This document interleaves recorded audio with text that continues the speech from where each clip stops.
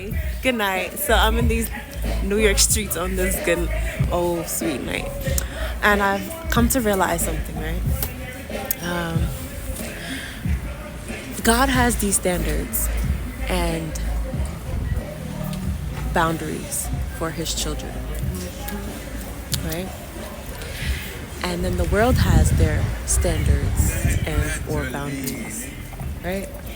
And what I mean by the world is the world are people who are non-believers, people who have no relationship with Christ, or or have any interest in having a relationship with Christ and want nothing to do with him, right? And this is not to be taken in offense, because I can't judge your walk with Christ and if you have a relationship with him or not. I mean, the Bible says you'll know them by their fruits. But ultimately, God knows who's for him and who's not, because he knows the heart, right?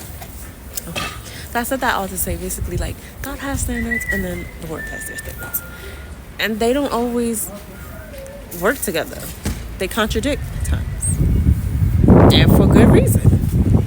So I can see how it can be offensive, God's standards, to people who are not children of God or have a relationship with Christ, because when you don't know why a person put a boundary or a standard in the first place, you won't understand why they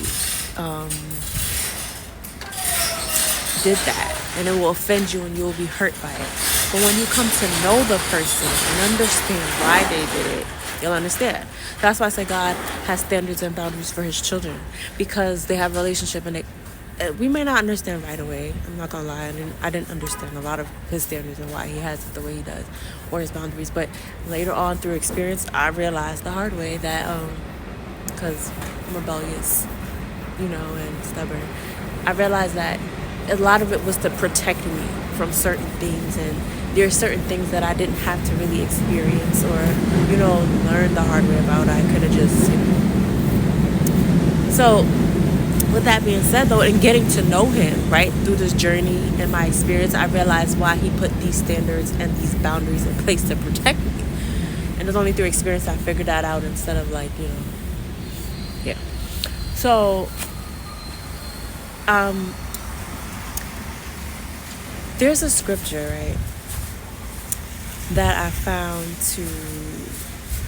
Let me cut this video because it's long. I'm going to say it in the video.